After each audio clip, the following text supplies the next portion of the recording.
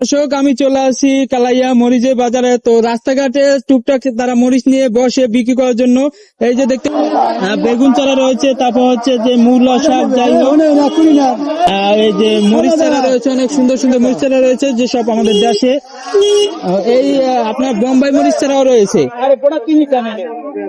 এই দেখুন অনেকগুলো কিন্তু মরিচ চারা রয়েছে এখানে। তো আপনারা চাইবেন সবসময় যে ধারে কাছ থেকে কিছু কেনার জন্য, ওনারাও বিক্রি করে। আপনারা যদি ওনাদের কাছ থেকে কিনেন তাহলে দেখা যায় আমরা উৎসাহ পাবে আর কি কেনার জন্য। তো দেখুন একটু কি কি রয়েছে।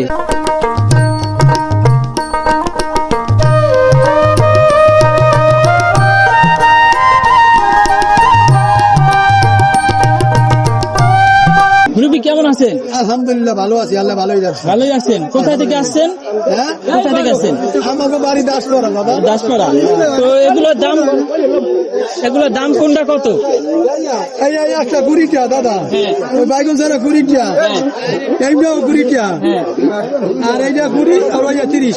ওইটা কত? 30 টাকা না? হ্যাঁ, আর মরিচ ছাড়া 10 টাকা। তো অসংখ্য ধন্যবাদ মুরব্বীকে আমাদের সাথে সময় দেওয়ার জন্য।